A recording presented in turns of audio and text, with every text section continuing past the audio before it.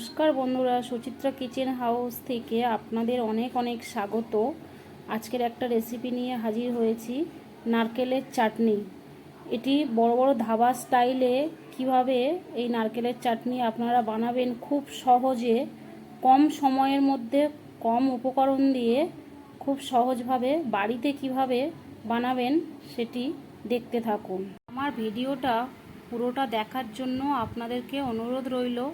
আশা করছি আপনাদের ভিডিওটা অনেক ভালো লাগবে। ভালো লাগলে লাইক কমেন্ট শেয়ার করতে ভুলবেন না। নারকেলের চাটনি বানানোর জন্য এখানে কিছু পরিমাণ নারকেল কুড়িয়ে নিয়েছি, কিছু পরিমাণ ধনেপাতা নিয়েছি, একটা লেবু কেটে নিয়েছি, 2 ইঞ্চি আদা কেটে নিয়েছি, আর এখানে ছোলার ডাল কিছুটা নিয়ে নিয়েছি, তেঁতুল কিছুটা ভিজিয়ে রেখেছি। এই তেঁতুল জলটা পরে কাজে লাগবে। এখানে একটা মিক্সিং জারের মধ্যে আমি দিয়ে দিলাম ধনেপাতা, আদা,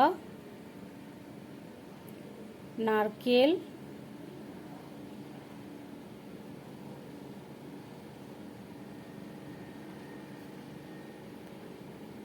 ছোলার ডালটা এখন ফ্রাই করে নেব।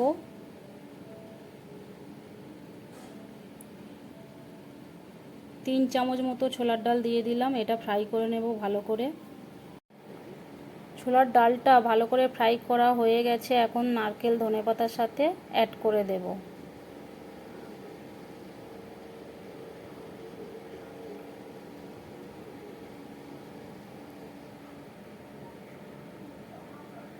দিয়ে দেব তেঁতুল জল পরিমাণ মতো, দিয়ে দেব লেবুর রস, এতে টেস্টটা ভালো আসে। আপনারা দিতে পারেন, না দিতেও পারেন, তেঁতুল জলটা অবশ্যই করে দেবেন। দিয়ে দিলাম স্বাদ মতো লবণ, স্বাদ মতো চিনি, দিয়ে দেব 2টো কাঁচা লঙ্কা ঝালের জন্য। এখন এই সব উপকরণগুলি আমি পেস্ট করে নেব।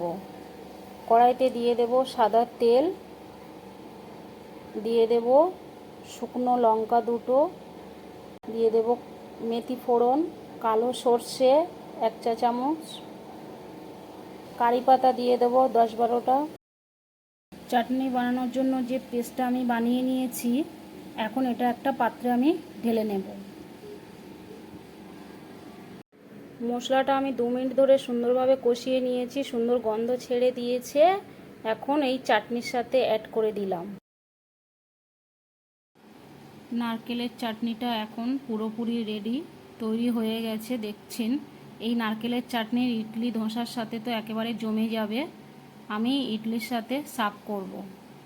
নমস্কার, আজকের মতো এই পর্যন্ত। দেখা হচ্ছে পরবর্তী কোনো এক রেসিপিতে।